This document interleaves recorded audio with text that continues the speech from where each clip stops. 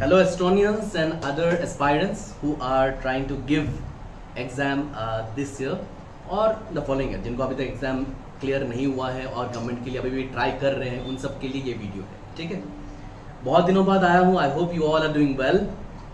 आज का वीडियो बड़ा ही इंपॉर्टेंट होने वाला है। क्यों, मैं बताता हूँ। ऐसा हुआ है कि आप लोग बहुत प्रिपेयर कर रहे हो, फिर भी जाके for some marks prelims clear नहीं हो रहा है या मेंस क्लियर नहीं हो रहा है या इंटरव्यू में प्रॉब्लम हो गया और थोड़े के लिए नहीं मिल पाया। ऑफ कोर्स किसी न किसी का हुआ होगा। ऐसे बहुत बार एग्जाम देते हो, प्रीलिम्स ही क्लियर होता है, मेंस क्लियर नहीं होता है। ऐसा भी हुआ होगा कि मेंस में क्वेश्चन थोड़ा सा टिपिकल आ जाता है, प्रीलिम्स में नहीं आता है। रिमेंबर, प्रीलिम्स के मार्क्स का सिर्फ एक ही मायने रखता है कि तुम्हें मेंस तक पहुंचना है, और प्रीलिम्स में तुम्हें टाइम के साथ कंपीट करना है, लोगों के साथ नहीं। अगर तुम सोच रहे हो कि तुम लाखों लोग जो अप्लाई कर रहे हैं उनके साथ ये स्पीड कर रहे हो या उनसे तुम आगे जाना चाहते हो, तो ये गलत है। तुम्हें टाइम से कंपीट करना है। और बहुत लोग तो ये भी सोच रहे होंगे कि बहुत सारे स्टूडेंट्स मुझसे बहुत अच्छे हैं पढ़ाई में, पता नहीं मेरे से होगा कि नहीं होगा। उसके ऊपर से नेगेटिव बातें, रिलेटिव्स एंड नेबर्स, वो तो है ही। नाउ प्रिपेयर करने के बाद भी नहीं मिलना इसके पीछे एक बहुत बड़ा रीजन है। रीजन ये नहीं कि तुमने प्रिपेयर किया है तो नहीं निकल रहा है, रीजन ये है कि तुम्हारा वहां पे स्पीड नहीं है। और आई बिलीव, आई कैन गारंटीली से यू कि टाइम मैनेजमेंट, स्पीड मैनेजमेंट को लेके बहुत लोगों को इश्यू है। राइट? मैं गलत बोल रहा हूं? इसको सुधारा जा सकता है थोड़ा सा टेक्निक से। जैसे रीजनिंग में इनइक्वालिटी है, डायरेक्शन है, ऐसे टॉपिक्स तुम माइंड में कर सकते हो, तुम्हें लिख के करने की जरूरत नहीं है। हाँ, पहले तो सीखना पड़ेगा ना, समझना पड़ेगा, प्रैक्टिस करोगे, फिर माइंड से करना शुरू करना पड़ेगा। लेकिन हम लोग पेन से करते रहते हैं, और जितना पेन यूज करोगे उतना टाइम वेस्टेज होता है। माइंड से जब पहली बार करना शुरू करोगे तो तुम्हें लेट होगा, थोड़ा लेट होगा, लेकिन धीरे धीरे वो फास्ट होना शुरू हो जाएगा। इसीलिए माइंड से करने की कोशिश करो, और मैथ्स तो माइंड में ही करना है। हमारे यूट्यूब के चैनल्स पे कैलकुलेटिंग सेकंड्स, यूट्यूब का चैनल एस्ट्रॉन्स ग्रुप है। यूट्यूब में जाके, ऐप में जाके एस्ट्रॉन्स, ASTRONS एस्ट्रॉन्स ग्रुप मारोगे, मिल जाएगा। वहां पे calculate in seconds session 1, session 2 दिया हुआ है, सेशन 3 भी है, लेकिन 1 और 2 आर वेरी इंपॉर्टेंट। ऐसे ऐसे शॉर्टकट्स, वैलिंग मेथड दिए गए हैं जिससे कि तुम बहुत जल्दी कर सकते हो। लेकिन वो देखने से काफी नहीं है, तुम्हें वो देखोगे फिर उसको परफेक्ट करना है, मतलब प्रैक्टिस करना पड़ेगा। एक जादूगर जो इल्यूजनिस्ट होता है, तो इल्यूजन दिखा रहा है, मतलब हाथ का सफाई है। मान लो कि मुझे नहीं आता है वो करना, लेकिन मेरे बाजू वाला जो बंदा बैठा हुआ है, मेरा दोस्त है, उसको आता है। वो मुझे सिखाएगा कि मैं ऐसे करके इसको गायब करता हूं, तो मैं सीखा इसको ऐसे करके गायब किया जा सकता है। क्या मैं उसको फास्ट कर सकेगा? फास्ट करना पड़ेगा, नहीं हो पाएगा, गिर जाएगा, इधर गिरेगा, दिख जाएगा। तो मैं बार बार प्रैक्टिस करूंगा, तब जाके होता है। तो प्रैक्टिस इज नीडेड, और ये बहुत लोग नहीं समझते हैं। और बहुत लोग तो क्लास 9-10 का प्रिपरेशन को लेके मॉक्स देना शुरू कर देते डायरेक्टली। तुम्हें क्या लगता है, अड्डा से, टेक्स्ट बुक से, अलग अलग जगह से मॉक देने से क्लियर हो जाएगा? एंड एक और गलती तुमसे क्या होता है पता है, तुम स्कोर के पीछे भागे रहते हो। जब भी मॉक देते हो, या फिर मान लो बहुत लोग प्रिपेयर करने के लिए कोचिंग लिए हो, या फिर बुक्स खरीदे हो, अपने से पढ़ाई करना है, लेकिन जो भी करते हो वो करते हो वक्त तुम्हारे माइंड में क्या होता है, मुझे स्कोर करना है, स्कोर करना है, स्कोर करना है, मुझे टेस्ट पे अच्छा स्कोर लाना है। कोई कोचिंग में स्कोर लाने की कोशिश कर रहा है, टेस्ट हो रहा है कोचिंग में, नहीं आ रहा है, डिस्कस कर रहा है, इससे चीटिंग कर रहा है। लेकिन तुम वहां पे फुल मार्क्स पा लो या फिर नहीं पाओ, या नेगेटिव में पाओ, उससे कोई फर्क पड़ता है मेन एग्जाम में? तो फायदा तो कुछ हो नहीं रहा है। ये मॉक्स वगैरह देखे, तुम्हें एक्चुअली मॉक का फायदा लेना आ ही नहीं रहा है। मॉक का फायदा सिर्फ स्कोर से रिलेटेड नहीं है, टाइम मैनेजमेंट से भी है। स्पीड, जिसके पीछे तुम पागल हो रखे हो कि स्पीड कैसे बढ़ाए, वो भी उस पर चाहिए, लेकिन कैसे? एक स्ट्रेटेजी है उसके लिए। एक होता है प्रिपरेशन स्ट्रेटेजी, एक है exam point of strategy. Exam point पे जो स्ट्रेटेजी होता है वो डिफरेंट है, प्रिपरेशन स्ट्रेटेजी डिफरेंट है। जब तक इस बात को लेकर सीरियस नहीं होगे, नहीं कर पाओगे। एंड तीसरा मोस्ट इंपॉर्टेंट बात, जब 18 साल पढ़ाई करने के बाद स्कूल पढ़ा, कॉलेज पढ़ा, ग्रेजुएशन करा, मिला जॉब, 90% आप कर लिए, जाओ गवर्नमेंट जॉब पे जाके दिखाओ, मुझे इतने अच्छे अच्छे मार्क्स मिले, जॉब दे दो। सिक्योरिटी गार्ड लाके तुमको भगवाएगा, बोलेगा भगवाओ उसको, पता नहीं कहां से आ जाते हैं। तो तुम सोचोगे मुझे जॉब कैसे मिलेगा गवर्नमेंट में, तो बोलेंगे भाई 9-10 का प्रिपरेशन कर लो, थोड़ा बहुत ट्रिगरिंग वगैरह देख लो, जॉब मिल जाएगा। तो ये जो प्रिपरेशन की बात कर रहा है, ये जो एग्जाम की बात कर रहा है, इसका जो प्रिपरेशन है उसका पल्ला तुम्हारे 18 ईयर से काफी भारी रहेगा। Because after all we study not to just get educated, when you study you become an educated person, not enough to get a job. क्या कर सकते हैं, सिस्टम ही ऐसा है। अब क्या कर सकते हैं उसके लिए, उस पर बात करते हैं, ठीक है। मेरा एक फंडा है, मैंने एक एब्रिविएटेड वर्ड बनाया है जिसका कुछ एब्रिविएशन निकलता है, CRPT। C concept, R research, P practice, T test. भाई अपना माइंड तो माइंड है, कंप्यूटर तो है नहीं, तो कोई भी टॉपिक का अगर तुम कॉन्सेप्ट ले रहे हो तो मेरे हिसाब से एक ही जगह से लेना, बहुत सारे जगह से मत लेना। क्या होता है, मान लो तुम YouTube अगर देख रहे हो तो YouTube से तुम किसी एक सर का देख रहे हो, किसी दूसरे मैडम का भी देख रहे हो, इसका ट्रिक कैसा है, इसका ट्रिक कैसा है, इसका ट्रिक कैसा है, बहुत सारा करने के बाद सबका ट्रिक अगर तुम सीख लेते हो तो उससे माइंड में क्या हो जाता है, ओवरलैप हो जाता है। एग्जाम देने जाओगे सबका ट्रिक एक साथ तुमको नजर आएगा, फिर हो जाता है जबड़ा। तुम सबका ट्रिक देख के अपना एक यूनिक ट्रिक बना सकते हो, वो अलग बात है, लेकिन सबका ट्रिक रट्टा मार के नहीं रख सकते हो। अगर तुमको अपना नहीं बनाना है ट्रिक, किसी और का ही फॉलो करना है तो एक का ही फॉलो करो। सबका ही अच्छा है लेकिन एक का ही फॉलो करो, जिसका अच्छा लगे उसका फॉलो करो। समझ में आ रहा है? तो कॉन्सेप्ट कोचिंग में भी ले लो। अगर कॉन्सेप्ट, अगर तुम्हारा कप है, खाली है, वो खाली कप लेके तुम क्लास के अंदर घुसे हो, उसमें तुम्हें कॉन्सेप्ट को भरना है, भर लिया। अगर डाउट है, डाउट क्लियर करना है, परफेक्ट होके समझ के फिर घर जाओ। घर जाने के बाद तुम्हारा पहला काम होना चाहिए नोट बनाना। नोट ऐसा नहीं जो तुम नॉर्मली स्कूल कॉलेज में बनाते हो, यूनिवर्सिटी में बनाए हो। ये नोट काफी अलग है, इसमें तुम अलग अलग पेन यूज कर सकते हो। ग्रीन कलर पेन यूज करो कुछ इंपॉर्टेंट बातें लिखने के लिए, ब्लू कलर ऐसे कुछ एग्जाम्पल्स के लिए, रेड कलर क्या गलती होता है, सिली मिस्टेक्स, वो सब के लिए, और क्या नहीं करना है वो लिखने के लिए। ब्लैक कलर फॉर आर्क्स, ज्यादा लिख के एक्सप्लेन मत करो, आर्क से, डिजाइन से, फ्लो चार्ट से ऐसे एक्सप्लेन करो। और वो नोट ऐसा बनाओ with summary at the end, जिसमें 2 पॉइंट रहेगा कि क्या चीज इस पूरे टॉपिक में इंपॉर्टेंट था विद बुलेट्स, और क्या चीज मेरी खुद की गलती होती है इसको करने में, सिली मिस्टेक्स, वो, ताकि लास्ट में रिवीजन करने में फायदा हो। और वो नोट इस तरह बनना चाहिए कि आज से 10 साल बाद भी अगर तुम देखो तो तुमको सारा चीज फ्रेश याद आ जाए। ये होता है नोट, जिसको बनाने में हार्डली 1.5 घंटा लगेगा, हार्डली 1.5 घंटा। फिर कॉन्सेप्ट के साथ रिसर्च आता है। रिसर्च क्या होता है, अब बहुत सारे क्वेश्चंस एक साथ कहीं से कलेक्ट करो, या कहीं से मिल गया तुमको क्वेश्चंस, हर एक टाइप का 2-2 क्वेश्चंस को पकड़ो, और तुम जो सीखे हो कॉन्सेप्ट उसको उन क्वेश्चंस पे अप्लाई करके सॉल्व करने की कोशिश करो, समझने की कोशिश करो। हो गया जो जो ठीक है, और उनमें से अगर कोई एक ऐसा क्वेश्चन, 1-2 क्वेश्चन ऐसे हैं जो सीखे हो उसको पुट करने के बाद भी नहीं हो पा रहा है, that means there is some twist in that question जो तुम्हें समझ में नहीं आ रहा है, और इस तरह का ट्विस्ट आता है तो तुम तो अटक जाओगे। अब क्या करना है, अब वो ट्विस्ट तुम्हें सीखना है, समझना है, कोई मेंटर से बात करना है, कोई गाइड लेना है कि ऐसे क्वेश्चन आया और ऐसे ट्विस्ट अगर कर देता है तो मैं कैसे करूंगा।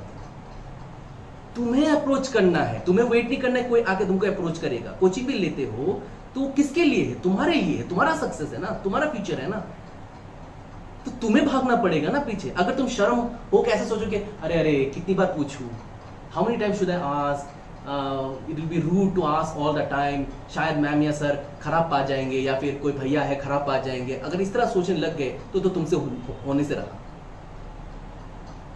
जिद होके ठान के बैठना है कि कोई खराब पाए तो उसको ठीक कर लेंगे बाद में, लेकिन ये अगर सही से नहीं किया तो मेरा ही वाट लगने वाला है, फ्यूचर बर्बाद हो जाएगा। मुझे पता है प्रिपेयर करते वक्त तुम्हारे लाइफ में बहुत सारे और भी चीजें होते होंगे, जैसे कि घर का काम होता है, किसी को हाथ बटाना होता है, कोई बिजनेस कर रहा है अलग, कोई अपने पापा को हेल्प कर रहा है, कोई अलग कोचिंग कर रहा है, मान लो कंप्यूटर कोचिंग कर रहा है। सब कुछ, सबके घर में कुछ ना कुछ है। उसके अलावा भी तुम्हें टाइम निकालना पड़ेगा, because it is about a future, that is the most important thing then every other things.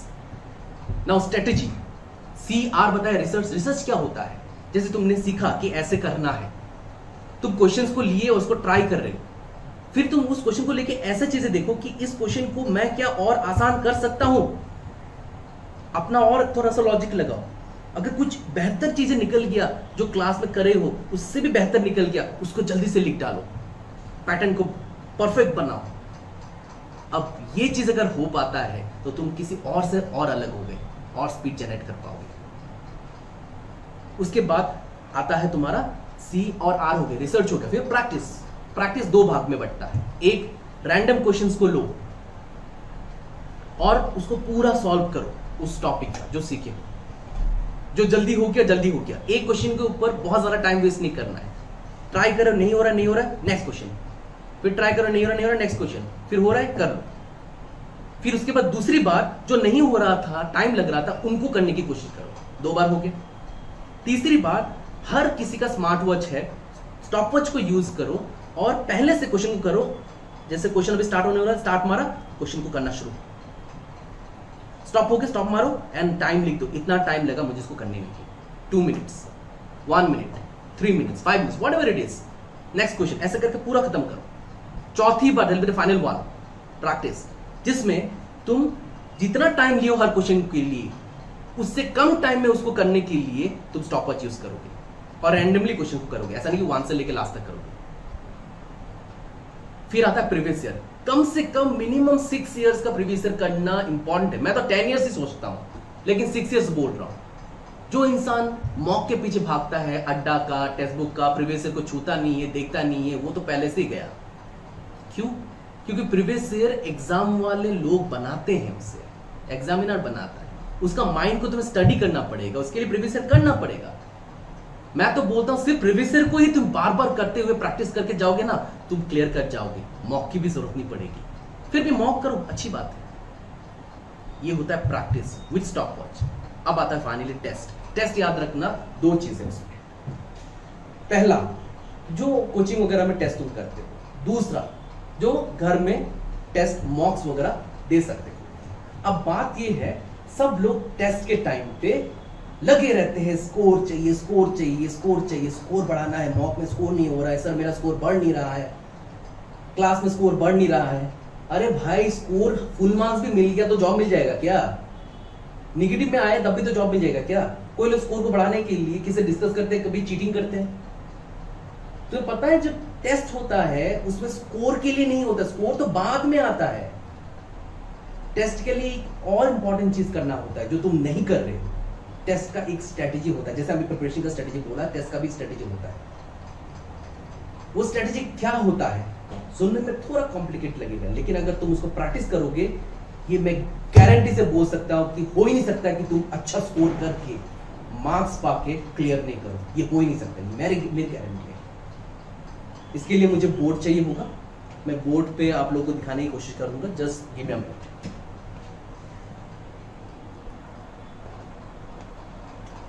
Alright, ध्यान से देखना। मैं बहुत सारे एग्जाम्स होते हैं, स्टेट गवर्नमेंट का, सेंट्रल गवर्नमेंट का, मैं बैंकिंग का दिखाना चाहूँगा। एक एग्जाम्पल होने से बेटर है, बाकी सब में उसी को अप्लाई करने से चलेगा, ठीक है। आजकल लगभग सारे एग्जाम्स जो है ऑनलाइन होते हैं, ठीक है। फिर जाके कुछ एग्जाम्स हैं जो डिस्क्रिप्टिव में होता है, जिसे लिखना पड़ता है, जैसे एसएससी में है 4 टायर्स होते हैं, उससे पहले का 2 तो तुम्हारा ऑब्जेक्टिव हो गया, फिर डिस्क्रिप्टिव में आ जाता है। बैंक का एक ही ये तुम्हारा दोनों के दोनों ही तुम्हारा ऑब्जेक्टिव है। पीओ में तुम्हारा जाके डिस्क्रिप्टिव आ जाता है, लेटर राइटिंग, एस राइटिंग जैसे चीज़ें आ जाती हैं, ठीक है। अब स्ट्रेटेजी क्या है, स्पीड कैसे बढ़ाया जाए? पहला चीज, रूल नंबर 1, स्कोर को चेस करना बंद करो। स्कोर तेल लेने गया, स्कोर भाड़ में जाए, स्कोर फर्क नहीं पड़ता है। पहले करना क्या है, मान लो कि ये तुम्हारा स्क्रीन है, जो यूआई होता है जहां पे तुम एग्जाम देते हो, उसके साथ यहाँ पे तुम्हारे ऑप्शंस होंगे, यहाँ पे तुम्हारा क्वेश्चन नंबर्स होंगे, जैसे 1 2 3 4 5 6 7 8 एक्सेट्रा करके वो 35 क्वेश्चन। मान लो यहाँ पे रीजनिंग है, रीजनिंग लिखा हुआ है, यहाँ पे मैथ्स है, यहाँ पे इंग्लिश है, ठीक है। यहाँ पे टाइमर रहेगा, ठीक है, टाइमर रहा। यहाँ पे रहेगा क्वेश्चन, यहाँ पे रहता है ऑप्शन ABCDE, यहाँ पे रहेगा जैसे बैक, नेक्स्ट या रिव्यू ऑल एक्स्ट्रा एक्स्ट्रा, वो सब चीजें रहता है। लगभग एक रफ आइडिया में दे रहा हूँ, ठीक है। कुछ कुछ क्वेश्चन का बड़ा प्रॉब्लमेटिक होता है। क्यों? जैसे आरसी जैसा क्वेश्चन है या लॉजिकल पजल जैसा क्वेश्चन है या डीआई जैसा क्वेश्चन है, तो उसमें कभी कभी यहाँ पे स्क्रॉलर होता है, स्क्रॉल करके आगे पीछे करना पड़ता है उसको पूरा रीड करने के लिए। और भी एक दिक्कत है उसमें, जैसे मान लो कि लॉजिकल पजल है तो स्टोरी एक में दे दिया, तुमने पढ़ लिया और डिजाइन सही से नहीं हो रहा है, तुम डिजाइन कर लिया, उसके बाद तुम जैसे कि ये मान लो कि क्वेश्चन नंबर 2 पे तो तुम जो कर लिया 3 करने जाओगे तो नेक्स्ट पेज आएगा, उसमें स्टोरी नहीं रहता है, क्वेश्चन रहता है। और अगर तुम्हें वो स्टोरी दोबारा देखना है, वर्बली कर रहे थे, तो तुम्हें फिर बैक करके 1 में आना पड़ता है। डीआई में भी वही चीज है, रीडिंग कम्प्रीहेंशन वही चीज है, तुम्हें बार बार उसको फ्रंट बैक करते रहना पड़ता है, उसी में टाइम वेस्ट भी बहुत होता है ना। ऐसे चीजें बहुत सारा हम लोगों ने अब तक देखा हुआ है। उसमें कुछ और कर नहीं सकते एक्चुअली, आप यूआई तो बदल नहीं सकते हैं, जो यूआई उन्होंने दिया। यूआई मतलब क्या है? यूजर इंटरफेस, मतलब जो दिखने वाला स्ट्रक्चर है उसे यूआई बोलते हैं, ठीक है। अब ऐसा है जो रफ शीट दिया जाएगा उसमें कुछ कमाल का चीज करना पड़ेगा, ठीक है। Let me show you one rough sheet. चलो आई एम बैक। ऐसे ही शीट तुम्हें दी जाती है, ठीक है। ये मैंने पहला लंबा लंबा फोल्ड कर लिया, फिर बीच में फोल्ड करा, ठीक है, बीच में फोल्ड हो गया। अब इसमें मैं 3 फोल्ड करूंगा, देखो, एक मतलब 3 पार्ट बनाऊंगा, 2 फोल्ड्स में, 2 लगभग वाले रेशियो में चलेगा करना। अब इसको अच्छी तरह से जो है मार्क्स कर लो ऐसे, ताकि लाइंस बन जाए, तुम्हें लाइंस ड्रॉ करने की जरूरत ना पड़े, ठीक है। नहीं तो हम लोग क्या करते हैं, रफ शीट होने से कहीं भी कुछ भी लिख देते हैं, फिर हम लोग ढूंढते रहते हैं कि कहाँ किया था वर्कआउट, कहाँ किया था। वैसे मत करो, this is not the way you should do it actually. अब देखो बॉक्सेस बन गया, हर बॉक्स में तुम एक एक वर्कआउट कर सकते हो, लेकिन मेरे हिसाब से जितना पेन कम यूज करोगे उतना बेटर है। नाउ ऊपर का जो पैनल है, ये पैनल, इसको तुम वर्कआउट मत करना, इसको तुम छोड़ देना। इसमें तुम्हें क्या करना है, यहां से शुरुआत करना है, ठीक है। ऊपर वाले पैनल में करना क्या है ये बताने जा रहा हूं अभी तुम्हें। मान लो पहला रीजनिंग का टॉपिक शुरू हो गया, ठीक है, क्वेश्चन नंबर 1, और टाइमर तो तुम्हारा हार्ट बीट रेस करा देगा, तो टाइमर को तुम थोड़ा इग्नोर करो, ठीक है। 20 मिनट है तुम्हारे हाथ में। वैसे भी जो तुम करते हो, जिस तरह एग्जाम देते हो, 20 मिनट तुम वेस्टेज कर ही लेते हो। एग्जामिनर क्या करता है, पहले ऐसा ऐसा सवाल देगा जो तुम्हें पहले से ही डरा देगा, पहले से ही डरा देगा। ओ माय गॉड कैसे कैसे क्वेश्चंस आ रहे हैं, next question, oh my God कैसे क्वेश्चंस आ रहे हैं, इस तरह के क्वेश्चन देगा कि तुम डर जाओगे। और तुम फिर क्या करते हैं हम लोग, हमारी आदत क्या है, पहले क्वेश्चन जो भी दिया है उससे शुरुआत करना शुरू, पढ़ना शुरू। हालांकि इसमें बहुत टाइम लग सकता है, शायद ये आंसर ना मिले, फिर भी हम लोग इसको करने की कोशिश करते हैं। गया 3 से 4 मिनट इस पे वेस्ट, आंसर भी नहीं मिला, नेक्स्ट क्वेश्चन पे आए कुछ और टिपिकल मिला, फिर उसको ट्राई किए और 2-3 मिनट उस पे भी वेस्ट। जब तक हम लोग अच्छे क्वेश्चन तक पहुंचते हैं तब तक करीबन 5 से 7 मिनट हमारा हाथ में रहता है, फिर दिखाई देता है इतने इजी क्वेश्चंस भी हैं, और वो करते करते टाइम अप हो जाता है। एंड वी से काश और थोड़ा सा टाइम होता, मैं बहुत अच्छा मार्क्स ला सकता था, लेकिन एक्चुअली और ज्यादा टाइम की जरूरत नहीं है, तुम उसी टाइम में इसको कंप्लीट कर सकते थे। प्रॉब्लम ये है कि तुमने एग्जाम का कोई स्ट्रेटेजी नहीं बनाया, तुम स्टार्टिंग से करना शुरू कर दिए।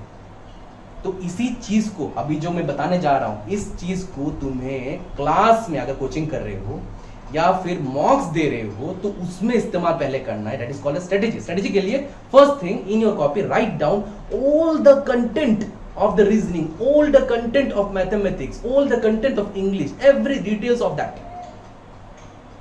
Then from reasoning, write at the right hand side 1 1 1 2 2 2, मतलब phase 1, PH1 PH1 PH2 PH2। ये होता क्या है, हम एग्जाम को 3 पार्ट में बांटते हैं, आप लोग नहीं बांटते हो, नॉर्मली हम लोग बांटते हैं, हम हमारे स्टूडेंट्स को ऐसे ही सिखाते हैं, ठीक है।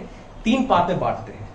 तो क्या पार्ट है, अब 35 क्वेश्चन में हम फेज 1 में वो सारे क्वेश्चंस को स्ट्राइक करते हैं जिसमें हमारा बहुत अच्छा टैलेंट है, बहुत हुनर है, बहुत अच्छी तरह से कर सकते हैं, एक्यूरेसी में कर सकते हैं, जल्दी कर सकते हैं, वो सारे क्वेश्चंस को हम पहले करते हैं।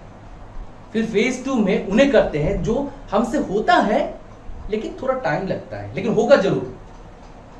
और थर्ड फेज में हम वो रखते हैं जो शायद ना हो पाए, शायद हो पाए, लेंथी है, टफ है, ट्विस्टेड है, उनको करते हैं। इस तरीके से अगर वो प्रैक्टिस फास्ट हो जाता है उस तरीके से, एक स्टूडेंट 35 मार्क्स में 28 प्लस मिनिमम लेके आएगा, ये मेरी गारंटी है। अगर मैं जो बोल रहा हूं उस तरह करो तो मैथ्स हो, रीजनिंग हो, इंग्लिश हो, उसमें अच्छा मार्क्स ला सकते हो। इंग्लिश में अगर तुम 15-18 तक ले आया, 20 ले आया, तो मैथ्स रीजनिंग में अच्छा मार्क्स लाना पड़ेगा तुम्हें। इंग्लिश में कोई 22 से 25 तक ले आया तो बहुत अच्छी बात है, मैथ्स में तब भी तुम अच्छा मार्क्स लो। आजकल मार्क्स बहुत ऊपर जा रहा है, लेकिन कैसे लाओगे? Through strategy. इसी से तुम बाकी लोगों को ये डिस्ट्रैक्ट कर सकते हो, या फिर मतलब उनको नीचे गिरा सकते हो, खुद ऊपर जा सकते हो। अब मैं बताने जा रहा हूँ स्ट्रेटेजी, ठीक है? ध्यान से देखना, थोड़ा अजीब लगेगा तुम्हें, ये भी लग सकता है कि टाइम वेस्टेज होगा ऐसे, लेकिन लेट मी टेल यू, नहीं होगा। हमारे यहाँ से बहुत सारे सक्सेस पाए थ्रू दिस सिस्टम, बहुत सारे थ्रू दिस सिस्टम, इसलिए मैं प्रैक्टिकली बोल रहा हूँ। जबकि ये बात मैं सिर्फ अपने बच्चों के लिए नहीं, अपने स्ट्रॉन्ग ग्रुप के लिए नहीं, मैं सबके लिए रख रहा हूँ ताकि सब लोग का फायदा हो। ऑलराइट, नाउ सुन लो, क्वेश्चन आ गया। क्वेश्चन नंबर 1 पे क्लिक हुआ, मिला पजल। इजी हो या टफ, फेज 1 में पजल छूना ही मत। इजी हो या टफ, फेज 1 में पजल छूना ही मत। अब पजल या तो 3 मार्क का आएगा, या तो 4, या तो 5 का। नॉर्मली 5 का आता है, तो तुम पहले ही पजल देखते ही छठे वाले क्वेश्चन पे क्लिक करना। अगर छठे वाले क्वेश्चन पे तुम्हें इनइक्वालिटी मिल जाता है लेकिन आधे में है, तो इसका मतलब पहले शुरू हुआ है, तो तुम 5 या 4 पे क्लिक कर सकते हो, तो तुम्हें मालूम चल जाएगा। मान लो कि तुमने 5 पे क्लिक किया और तुम्हें पता चला कि इनइक्वालिटी यहां से शुरुआत हो रहा है, और तुम्हें इनइक्वालिटी आता है, तुम बहुत अच्छे हो इनइक्वालिटी में, ठीक है? तो तुम क्या करोगे? इस पेज में जो ऊपर का पार्ट है वहां पे तुम ऐसे लिखोगे, मैं यहां लिख दे रहा हूं, जगह नहीं है, 1-4। अब पजल है, पजल का भी अलग अलग नाम होता है, जैसे पैरेलल पजल होता है, लीनियर होता है। तुम लीनियर आया मान लो, LI करके लिख के रखो, वो लिखने में कितना सेकंड लगेगा? 1 सेकंड लग जाएगा, 1 सेकंड से भी कम लगेगा। 1-4 LI, दैट्स इट। ना लेफ्ट देखना है ना राइट देखना है, पूरा एकदम स्टक विद द क्वेश्चंस, कुछ भी नहीं देखना है, कुछ नहीं सोचना, 1 सेकंड वेस्ट नहीं करना है। 1 मिनट पे 60 सेकंड होता है, याद रखना, 60 सेकंड बहुत लंबा होता है, वेस्ट नहीं करना 1 सेकंड भी। इसलिए टाइम के साथ तुम्हारा कंपटीशन है। 1 से 4 लीनियर, फिर 5th वाला तुमने कर लिया, 5th 6 7 मान लो इनइक्वालिटी है, कर लिया, उसको लिखने की जरूरत नहीं है, तुम कर लो फास्ट। जब 5 कर लिया, फिर 6 कर लिया, फिर 7 कर लिया, वर्बली कर सकते हैं, हमारे स्टूडेंट सारे वर्बली कर सकते हैं। 5 question of inequality, 5 question of inequality they can do in less than 20 seconds. Can you believe it?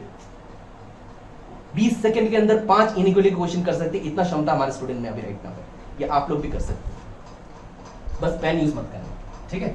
अब मान लो अभी 7 वाला क्वेश्चन की इनइक्वालिटी खत्म हो गया, 8वें पे तुमने क्लिक किया, मान लो सिलॉक्स मिल गया, सिलॉक्स मिल गया। कुछ लोगों को सिलॉक्स अच्छा लगा, उसको आता है, तो सिलॉक्स करना शुरू कर दो।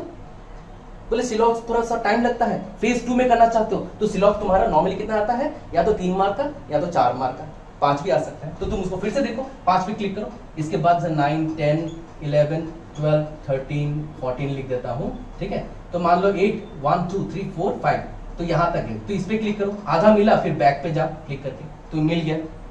फिर उसमें मान लो कि डायरेक्शन आ गया, डायरेक्शन तुमसे होता है, डायरेक्शन कर लो, तो सिलॉक्स का लिख दो, जैसे मान लो यहाँ पे 8 से लेके 11 तक का SYL, और फिर डायरेक्शन का कर लो। इस तरह 35 क्वेश्चन तो फट से करो, वो सारे क्वेश्चन जो तुमसे बहुत जल्दी हो सकता है और एक्यूरेसी में हो सकता है और सॉलिड मार्क्स कर सकते हो। 7 मिनट्स के अंदर ये लिखना भी हो जाएगा और तुम कम से कम 12 से 14 मार्क तक एक्वायर कर चुके होगे। Can you believe it? 7 minutes पे। अब तुम्हारा हाथ में कितना है? 13 मिनट है। फेज 2 राउंड पे आओगे। अभी फेज 2 राउंड पे अभी तुम्हें पता है कि कहां पे क्या क्वेश्चन है, इसीलिए तुम लिखे थे ये। अगर नहीं लिखते तो फिर ढूंढना पड़ता। एग्जाम के टाइम में माइंड सही जगह पे थोड़ी रहता है, पैनिक नहीं रहते हो, उसके ऊपर टाइमर जा रहा है, तो तुम फिर ढूंढोगे क्या? पता नहीं कहां पे क्या था, इसमें क्या था, इसमें क्या था, इसमें क्या था, ढूंढोगे। इससे अच्छा है लिखा हुआ। अब तुम्हें पता है कि सिलॉक्स है, लीनियर है, तुम्हें क्या अच्छा लगता है, बोले अभी सिलॉक्स कर सकते हो, तो सिलॉक्स 8 नंबर पे क्लिक करो, शुरू कर दो। फेज 2 खत्म हो गया, फिर फेज 3 पे जाओ। That's it, this is the strategy. इसी स्ट्रेटेजी को तुम्हें पहले मॉक्स में करना पड़ेगा। यहाँ पे जैसे कि मान लो कि हमारे यहाँ पे जेनेट टेस्ट होता है, मॉक टेस्ट होता है, सीटी कंप्लीट टर्म एग्जाम्स होते हैं, बहुत सारे एग्जाम्स हमारे होते हैं। 300 के ऊपर हम लोग एग्जाम्स को रखने की कोशिश करते हैं, बहुत सारे क्वेश्चन एग्जाम्स होते हैं, उनमें स्ट्रेटेजीज के ऊपर ज्यादा ध्यान दिया जाता है।